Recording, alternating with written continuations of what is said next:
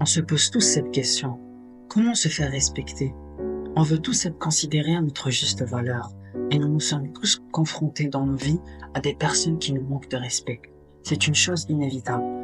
Par contre, si tu es une personne qui se sent non respectée tout le temps, qui sent que sa gentillesse est non considérée ou qu'on se moque de toi, tu dois savoir que pour gagner le respect des gens, il faut commencer d'abord par se respecter soi-même.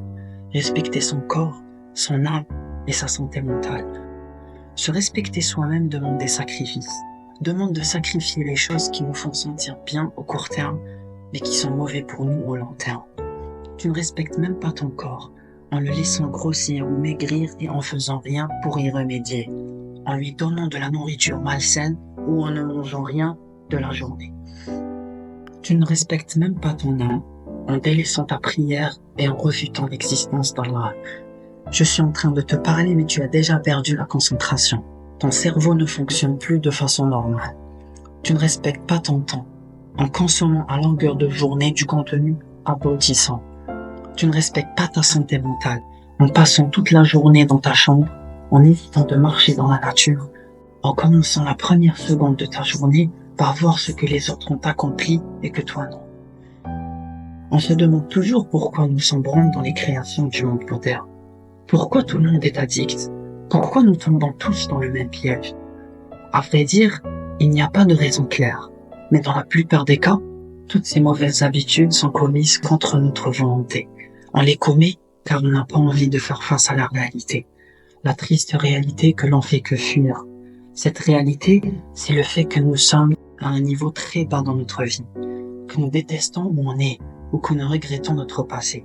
Que nous voulons accomplir des tonnes de belles choses, mais qu'on n'arrive pas. Mais posons-nous les bonnes questions.